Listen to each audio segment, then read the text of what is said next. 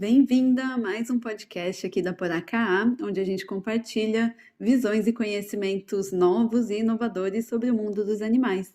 E hoje a gente trouxe uma pergunta de uma caixinha de perguntas lá do nosso Instagram. Se você não segue ainda, vai lá seguir, onde toda semana a gente abre o Porá Café, que é uma caixinha de perguntas específica, onde a gente seleciona algumas para responder em vídeo lá no nosso YouTube e uma delas para aprofundar aqui no tema do podcast. E, como você já viu no título, provavelmente, hoje a gente selecionou uma pergunta que diz o seguinte: é errado eu ter olhar de filha para minha doguinha?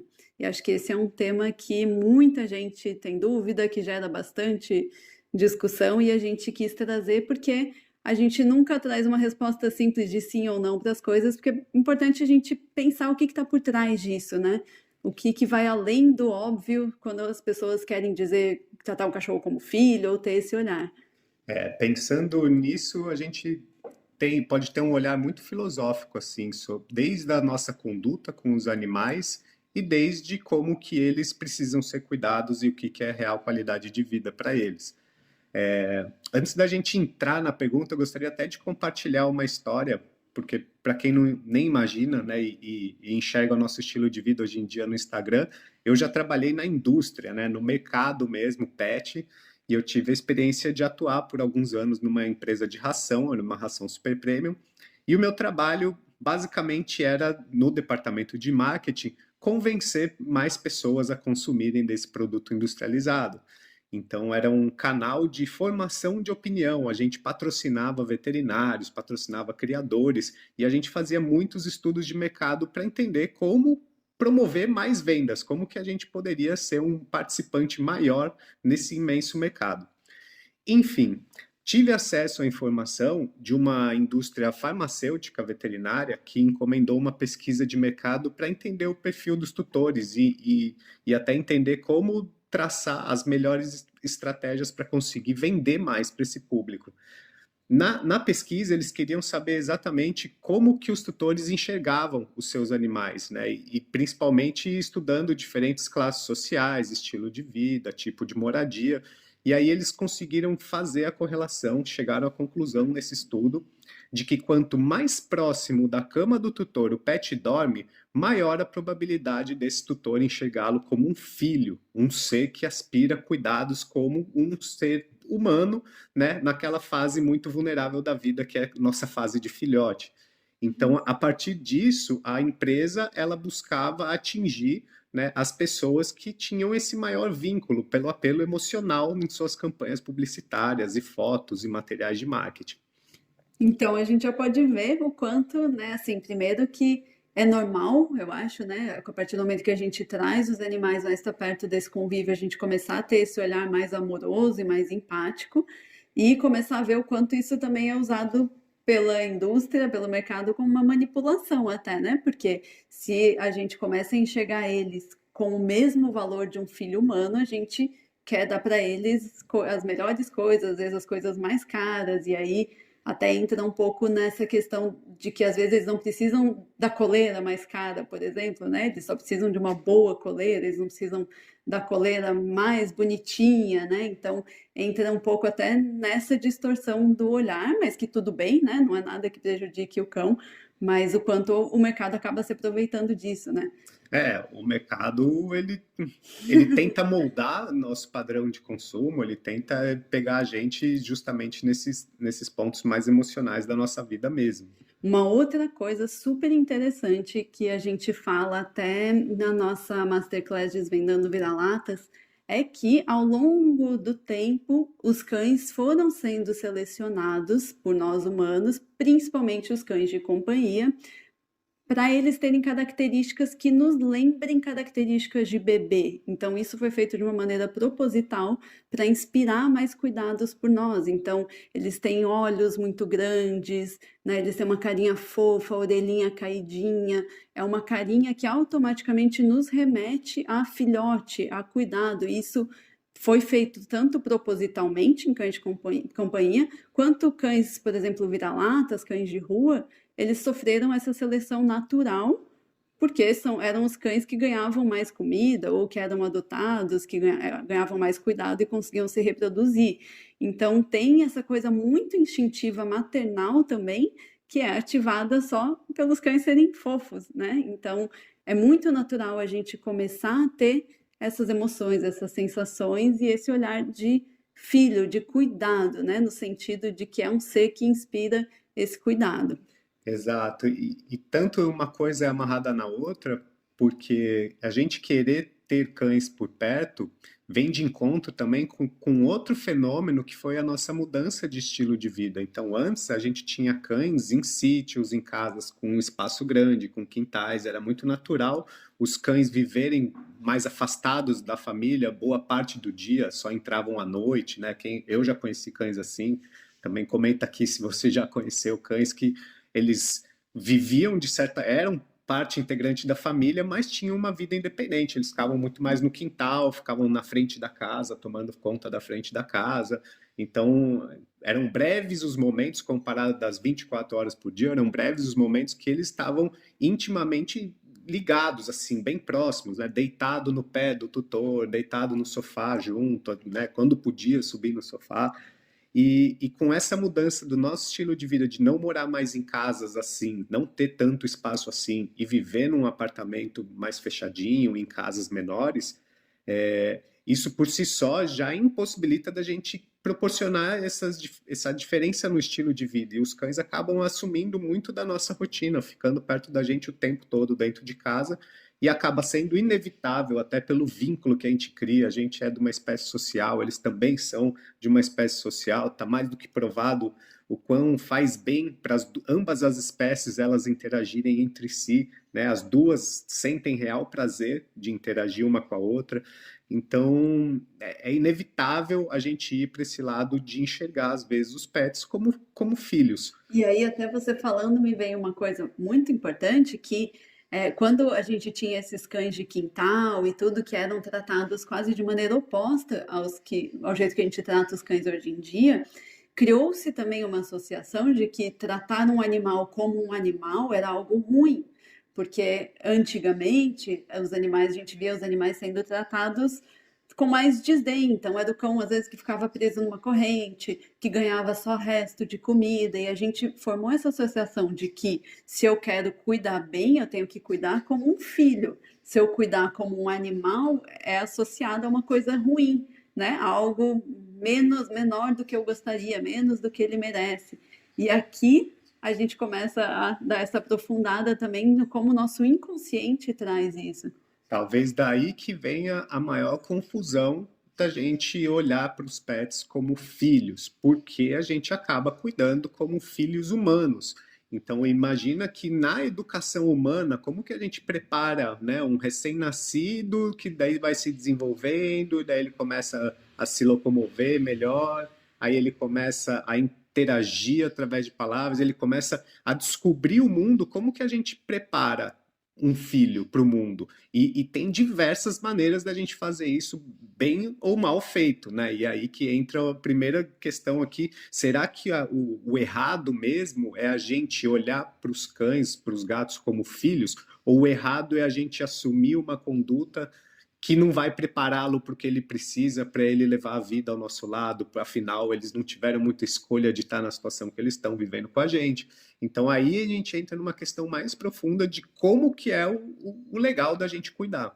E aí também, além de filho, acho que além de filho mesmo, algumas pessoas enxergam os cães e os gatos como bebês. E aí que pra gente começa a não ser muito legal essa questão, porque quando a gente fala em bebê, a gente está falando de um ser que é completamente dependente de você, que precisa de você ali 24 horas por dia, que não consegue fazer boas escolhas por conta própria, não tem maturidade.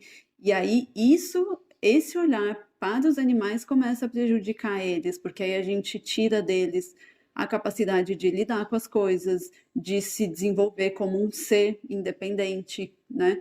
E a gente desestimula ele mesmo, como o Guilherme falou, a ser preparado para a vida, porque a gente entra nesse lugar de superproteção. né? Então, a gente fala muito, é um dos nossos maiores focos também no nosso conteúdo sobre o resgate da essência, que mais do que a gente colocar os animais de volta no lugar deles e entender que tratar um animal como um animal é muito bom, é a gente começar a enxergar além desse cuidado tão maternal de empoderar os animais mesmo, de enxergar a natureza deles e o quanto eles são capazes de lidar com as coisas. A gente tem que ajudar, tem que fazer o melhor, mas não super proteger eles de tudo, né? A gente ir direcionando ali já como uma criança um pouco mais velha, que você dá um pouquinho de liberdade, ensina ela, faz isso, vem por aqui, né? E direcionando mesmo já com a capacidade que ela tem.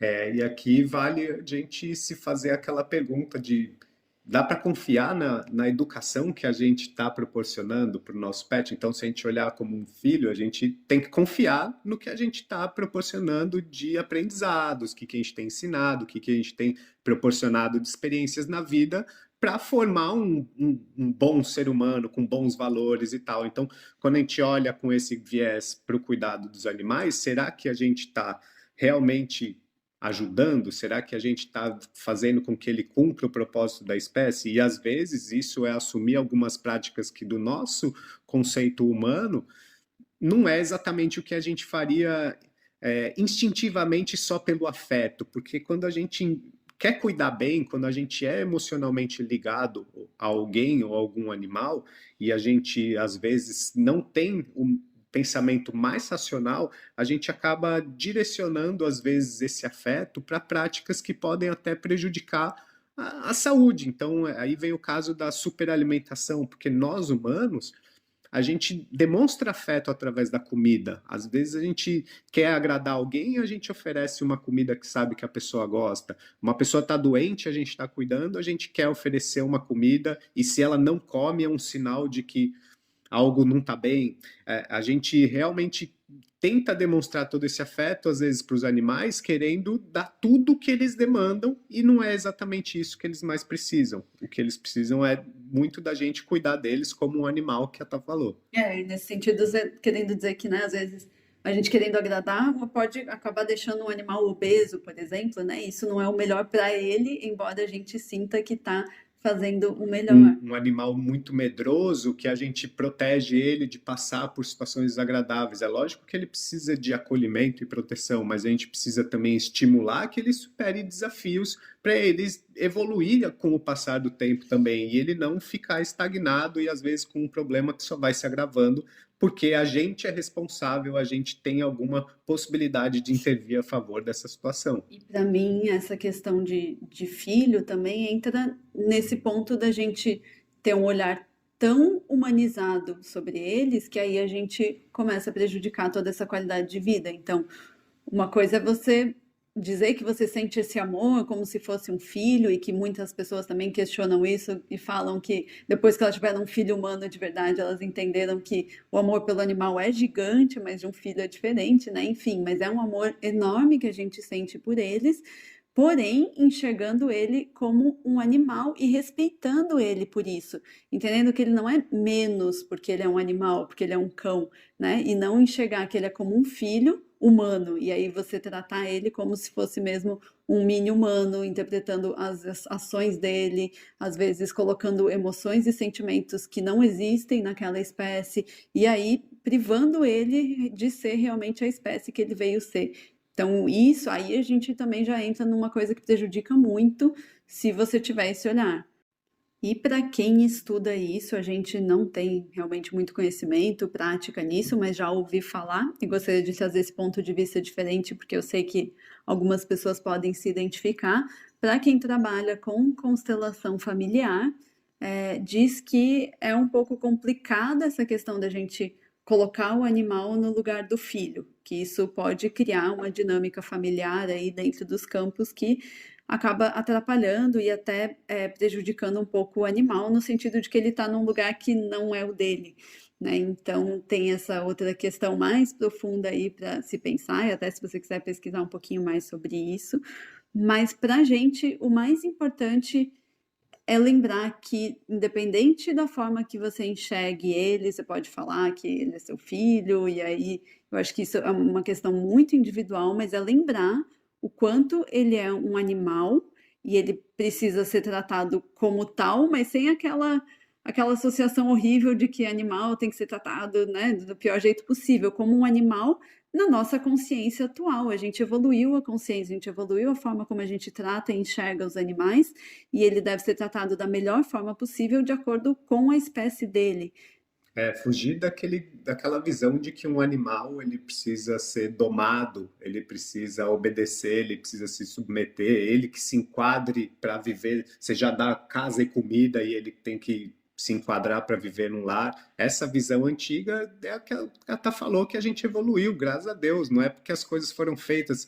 Às vezes a gente ouve as pessoas falando, poxa, eu cuidei de cachorro a vida inteira, e cachorro vivia lá, alagado, comia resto. Tá, mas não é porque você fez isso o tempo todo que é o melhor. E a gente está chegando já nesse ponto de entender o que a gente sabe que tem um jeito muito mais saudável, mesmo tendo uma relação de filho, tem um jeito muito mais saudável de se criar uma relação e não só ficar obrigando que ele obedeça a determinada regra ou ele faça coisas de um jeito que você goste ou não. Ou só achando que ele é muito burro e não sabe nada, né? E aí a gente tenta super proteger ele. Então, pra gente, de modo geral, né, eu acho que a maneira que você ama o seu animal, a gente acredita, né, que, nossa, realmente esse amor que nos coloca num lugar muito maternal ou paternal, de querer fazer tudo por ele, de ser um amor que a gente não consegue colocar em palavras, a gente querer ver ele bem, feliz, e trazer isso, tirar isso do lado de humanização, então não enxergar ele como um bebê, não enxergar ele como um mini humano, e trazer para esse lado do resgate da essência de falar, eu amo ele, eu quero dar o melhor para ele e o que ele precisa é o que é melhor para aquela espécie, né? Então, um cão precisa roer, precisa farejar, precisa pisar na grama, ele precisa ter uma rotina de cachorro com alimentação feita da maneira correta. Isso, para ele, vai demonstrar muito mais amor do que comprar a coleirinha chique, Exato. que às vezes é o que a gente enxerga, né? Então, de novo, pensando como um filho, quando a gente imagina um filho, a gente quer comprar o melhor brinquedo para ele, a melhor roupa, né? Então, lembrar desses detalhes que são muito diferentes e que vão fazer com que esse amor que ele vai sentir por você e você por ele seja ainda mais verdadeiro, ainda maior, né? Errado não é cuidar como um filho, errado é maltratar os animais, é não ser responsável pelos cuidados que eles precisam e tal. O que não é muito saudável é esse cuidado humanizado, superproteção e não enxergar as demandas de um animal de uma espécie diferente da nossa, né? Então, como a Tá falou, o que eles mais precisam é realmente ser tratados como cães, como gatos, como a espécie que for, o pet que tem na sua casa, e uma grande responsabilidade também que a gente tem, que a parte humana tem, é de mostrar para esse animal de que o ambiente que ele vive é tranquilo, é seguro, ali ele pode realmente relaxar, e o que às vezes não acontece, e é o que a gente sempre se preocupa do aspecto de comportamento, dos animais nem entender exatamente o que acontece, como é a rotina do dia a dia dele junto das pessoas. Então eles são muito preocupados com barulhos que não são perigos reais, né, com pessoas, eles tomam susto toda hora, eles ficam ansiosos dentro do apartamento ou dentro da casa. Isso não é legal, porque eles não têm a possibilidade de entender o que está acontecendo. E é aí que entra a parte de treinamento, de inteligência emocional, e é isso que a gente sempre fala em todo o nosso conteúdo, de que realmente a gente precisa prepará-los para uma vida ao nosso lado. É um filho que a gente precisa preparar para o mundo. É isso. Não, não para a gente, é para o mundo. Eu acho que essa é uma das coisas mais importantes, assim, se você, né, chegou até aqui e ouviu isso, é lembrar disso, assim, ele está com você, mas ele precisa de você, que você prepare ele para várias situações, para viajar, para ficar internado, para ficar na casa dos outros, para ficar sozinho. Então, esse amor todo que você sente pode ser canalizado para falar, nossa, eu vou fazer com que esse animal seja o mais incrível possível, que ele se dê bem em todas as situações, que ele seja tão amado, tão treinado, que mesmo que eu não esteja por perto, ele vai ficar bem, e isso não significa que ele vai te amar menos, né? Ou que você ama menos ele. E você vai ter super orgulho do filho, entre aspas, que você preparou para o mundo. É isso. Espero que tenha ficado claro, a gente trouxe essas reflexões, porque é muito fácil, a gente vê muitas vezes na internet as pessoas batendo de frente e criticando e apontando o dedo, porque que absurdo você falar Falando que é um filho e tudo, que as pessoas estragam os animais.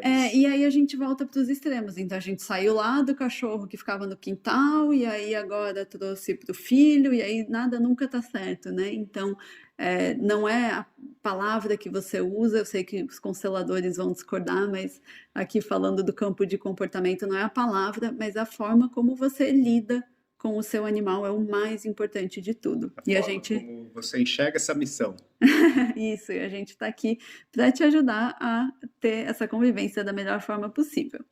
Então, até o próximo episódio. Muito obrigada por ter ouvido até aqui. Compartilha com quem fala que tem um filho no lugar do pet, para a pessoa também ter essa reflexão e poder trazer mais qualidade de vida para todos, né?